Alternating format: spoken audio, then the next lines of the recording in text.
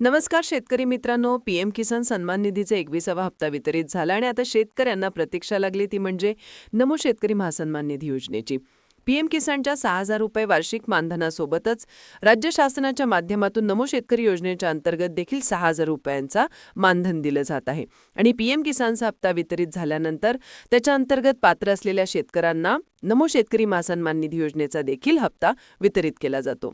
PM किसानचा हप्ता वितरित करायला उशीर झाला आणि याच पार्श्वभूमीवर नमो शेतकरीचा हप्ता देखील वितरण व्हायला उशीर होतोय. राज्यामध्ये एकंदरीत निवडणुका सुरू आहे, त्याची आचारसंहिता सुरू आहे, त्याच्यामुळे याच्या संदर्भातील कुठलाही अपडेट्स आतापर्यंत समोर आलेला नाही.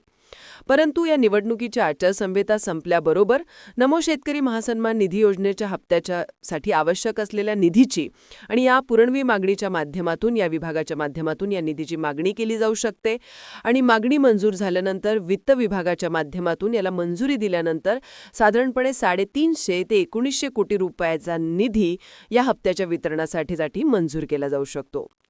मित्रांनो, याच्या संदर्भात 8-9 तारखेला काही अपडेट्स समोर येतील आणि त्याच्यानंतरच पुढील निवडणुकीच्या आचारसंहिता लागण्यापूर्वी या हप्त्याच्या वितरणासाठीचा एक GR निर्गमित केला जाऊ शकतो.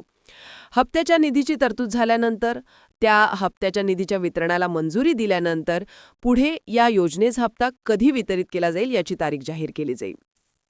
परंतु एकंदरीत स्थानिक स्वराज्य संस्थांच्या ज्या निवडणुका आहेत, ज्याच्यामध्ये ग्रामीण भागामध्ये घेतल्या जाणाऱ्या निवडणुका म्हणजे जिल्हा परिषद आणि पंचायत समिती, याच्यामध्ये नमो शेतकरीचे असलेले लाभार्थी हे बहुतांश ग्रामीण भागातील असतात. त्याच्यामुळे ग्रामीण भागातील निवडणुकीच्या पार्श्वभूमीवर हप्ता 100% वितरित केला जाऊ शकतो आणि त्याच्या संदर्भातील जे काही अपडेट्स येतील ते अपडेट आपण 9 तारखेला किंवा 10 डिसेंबरला 21 नक्की घेऊ.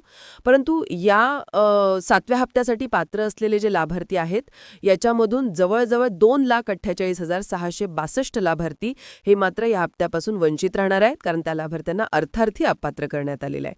तर याच्या संदर्भातील जे काही पुढचे अपडेट्स येतील ते लवकरच चॅनलवर अपलोड करण्यात येतील.